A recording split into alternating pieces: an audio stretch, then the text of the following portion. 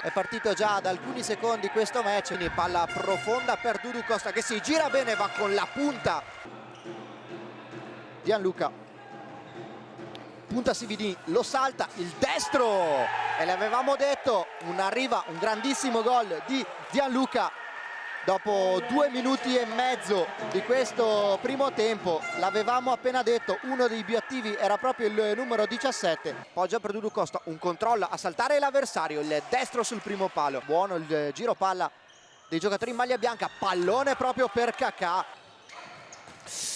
Recupera il pallone Urio, calcia a botta sicura, Urio, controllo, Sardella, 1-2, Urio col destro, palo e palla sul fondo.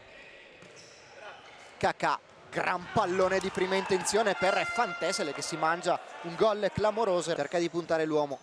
Dudu Costa, il controllo, il destro che passa sotto le gambe di Gianluca. Secondo tempo di Italian Coffee Petrarca, Sandro Abate Avellino cerca di andare da Menenghez, ancora per Bebetinho, Menenghez, pallone sul secondo palo per Fantesele, azione pazzesca della Sandro Abate in contropiede, Bebetinho, Menenghez, Fantesele, 2-0, respinto da Fabiano, Urio dentro per Dudu Costa, il dribbling, il destro, e arriva il gol, grande gol di Eduardo Costa. Dudu dai Costa che riapre il match, gol dell'1-2 al minuto numero 7 di questa ripresa. Adesso vedremo se ci sarà la reazione della Sandro Abate, che in effetti c'è immediatamente. De Crescenzo si gira in maniera pazzesca, elude l'intervento del difensore centrale.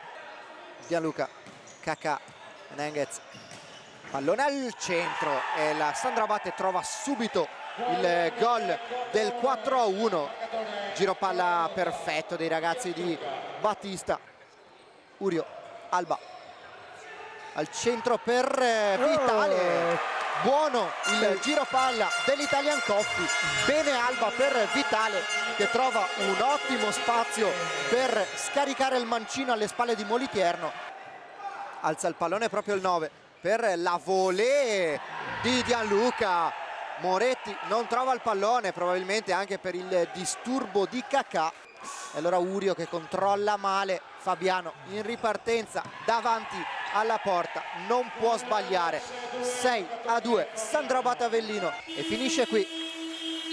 Italian Coffee Petrarca, Sandro Abate Avellino, e storia finisce 2-6 per gli ospiti.